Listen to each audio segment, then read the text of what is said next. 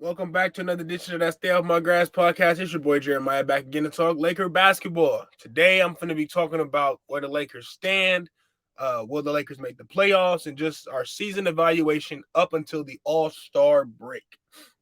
So right now the Lakers sit at 27 and 31, still out of the range for the play-in, still trying to poke and pride and trying to get into that last play-in spot or make some type of noise right or make enough win-ins or get enough wins rather to get into the playoffs.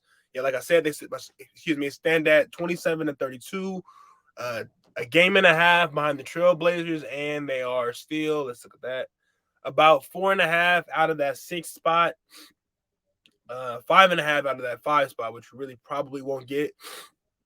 But let's get right into the game. So last night we saw the Lakers beat the Pelicans, a team they should have beat last week as well. We see them take care of the game, take care of their business pretty easily.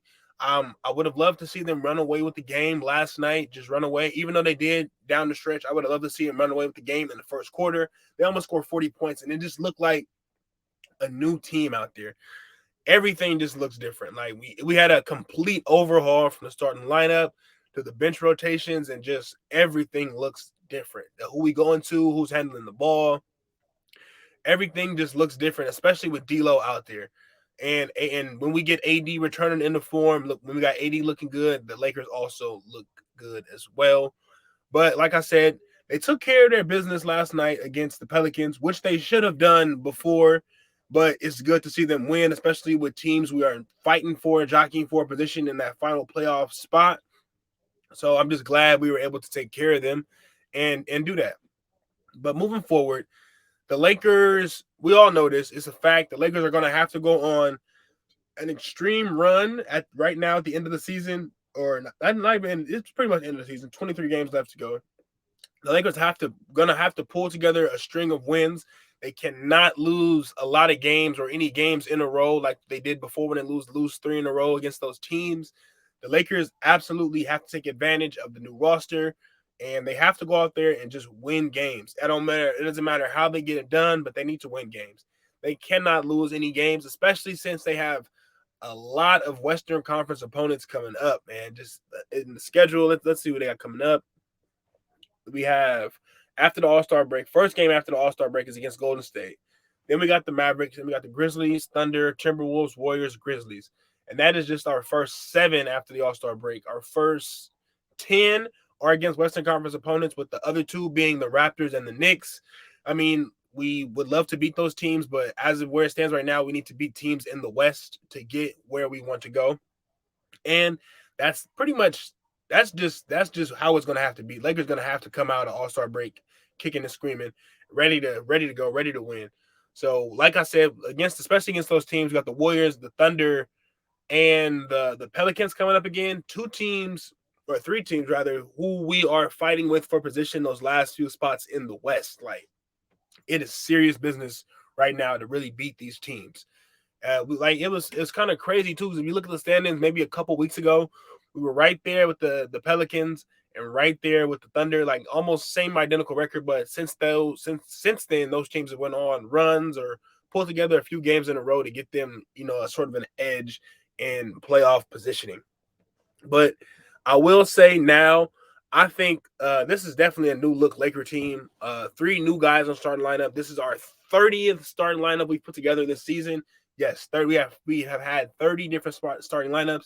I mean, and that comes with people getting injured, guys getting traded, and what have you, and whatever what wasn't working before. So, and we had Westbrook come off the bench for a lot of those games. So, we just got pretty much a new team, man. And that's just the easy way to say it. But like I said, we took care of our business versus the Pelicans, and that's what we needed to do. But going forward, we see LeBron didn't play a lot of minutes tonight. They tried to keep him under 30 because we have been overusing LeBron. Just simply stated, like, he's been playing way too much, and we should have been beating teams with him in the lineup, but we haven't. We should have been beating teams without him in the lineup, and which we haven't.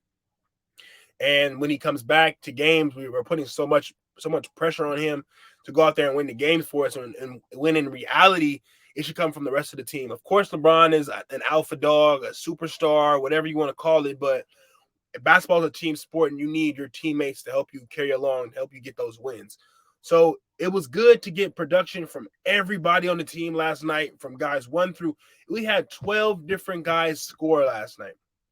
Now, granted, some of those points came in garbage time, and Darvin rotated 10 guys in there. So to get healthy production from 10 guys on the roster is great. Maybe come playoff time or later down the season, we'll see a 8, 9 man rotation. But what I did want to address too is that last night we saw Lonnie Walker fall out of the rotation in favor for Austin Reeves and Malik Beasley, and which is understandably so because we want those guys to be the ones to carry us or get us in the playoffs. And it's just not a lot of minutes to go around, especially at the two guard position, the guard position, just period. We got not a, I wouldn't say a log jam, but we do have a few people playing different positions, are just taking a lot of minutes for the Lakers. So Lonnie did start a lot of games for us this season. We were able to lean on him at a lot of times when we needed help. Lonnie was there for us. I mean, and he became a fan favorite in that time. So a lot of fans are sad to see Lonnie kind of get pushed to the back, even though we would love to see him play more games and get those minutes. But it is what it is. Maybe Malik Beasley or someone else will fall out of the rotation and get those minutes, but we still see Troy Brown get a lot of minutes. Dennis Schroder moved to the bench, a move I'm pretty sure he's probably not happy with because he did start the majority of the season for us.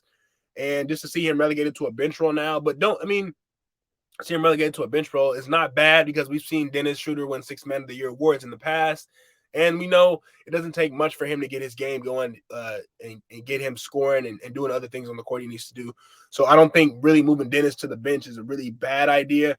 I mean, when you got a guy like D'Angelo Russell who can shoot the three at a high clip, who can get to where he wants to, score the ball, 3-level score, pick and roll, great vision, you kind of want to go in favor of that guy just because he brings you more and can do more for you.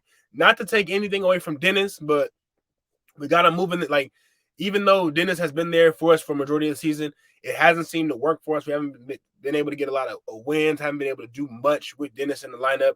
But I will give Dennis his credit. He is a great defender, not a great defender. He's a pretty good defender on ball, guarding the other team's opposing point guard. He's quick, so he's able to, match guys step for step sometimes. And he doesn't really get beat like that. He's able to move around on screens and stay ahead of the play. So just giving Schroeder minutes is going to be tough coming forward, especially if D'Lo is playing good.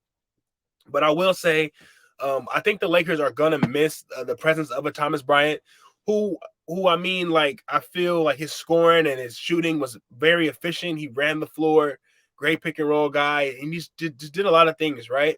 Not to take anything away from Obama, no, not to take anything away from Obama, but I am curious to see how he fits going forward. He is a really, really, really big dude, 7'2", whatever he is, man. He is huge.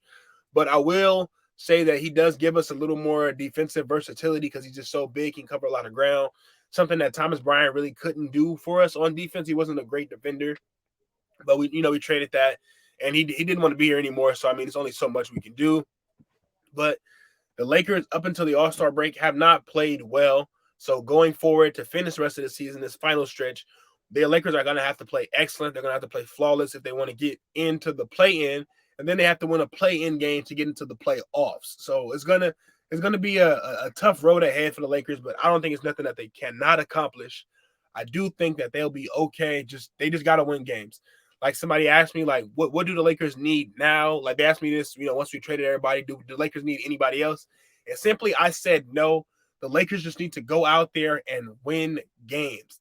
Nothing more, nothing less. Go out there and win games. Doesn't matter if you win them ugly. Doesn't matter if you win them pretty. But the thing the Lakers need to do now is just win games. We finally see Coach Ham change the lineup and no longer give us the 2 point guards and starting. And I think that might be the key to the Lakers' success because when we were doing that, we didn't have a lot of defense on the perimeter, 2 smaller guys. And we would see what Coach Ham would do, putting Patrick Beverly on Brandon Ingram, which was ridiculous.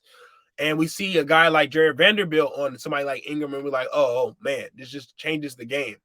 And even Ingram says it himself, Jared Vanderbilt is one of the toughest people to score on, just for him, period. But we beat a team that we were supposed to beat last night, and we lost the game to Portland the other night where Portland just got hot and was firing from 3. They didn't cool down all game. Damian Lillard got hot too, and we just could not do anything about it. But I do want to, get into a couple more things. So just going forward for the Lakers, like I said, you have to win games. You have to come out of All-Star break firing. You don't have much ground you don't have any room for error, I would say, because of that 2 for 10 start. It is definitely coming back to haunt us right now, especially if the Lakers don't get into any type of postseason. That'll be the key thing everyone will point to, as that start they got off to just was not a good enough start. And in the end, we seen it was their demise, that 8 games, or even, because the Lakers could have split any of those games they won. They just could not do it. But we'll see. We'll see how the Lakers move forward. We'll see what they do, how they win going forward. We'll see if LeBron's ankle is okay for him to make any type of postseason run. I think it's okay, but he just needs rest here and now and then, because he is 38, playing in his 20th season, and that is pretty difficult, just from an objective standpoint. So going forward, we're gonna need Anthony Davis to play like a monster, a madman, a bull in the China shop. We're gonna need him to be fully present for a lot of these games. We've seen him deactivate his IG, so maybe that might be what it was, or I hope it wasn't. Hope it wasn't social media that was distracting him from playing well. I just hope it was him in his head, and he's out of his head now. But AD had an efficient game last night, 13 of 17, which is pretty good. He only missed 1 3, and that's good enough for me, for real. I like it when AD's taking the majority of shots in the painted area from mid range. It's just more efficient for him and more efficient for the team. But like I said, man, we're gonna have to see how the Lakers do coming out of the All-Star break. The guys get a break, get rest, and they're able to go out there and pull us forward, get into that postseason, and don't turn this season into a wasted LeBron and AD season. That's the biggest thing that the Lakers are gonna have to do come out the All-Star break. Do not make this season a lost cause, because 2022 was bad, right? And people forget we were just in the playoffs the season before, but 2022 was bad, and I don't want to see a repeat of that and go back to the Laker dark ages. But until next time, y'all, it was good chatting up with y'all. Hopefully, y'all enjoying the All-Star break. Let me know who y'all pulling for in the 3-point contest or the dunk contest in the comments. I want to see my boy Julius Randle win the 3-point contest, but I feel like that's highly unlikely. But I love the big man in the contest. But until next time, y'all, peace.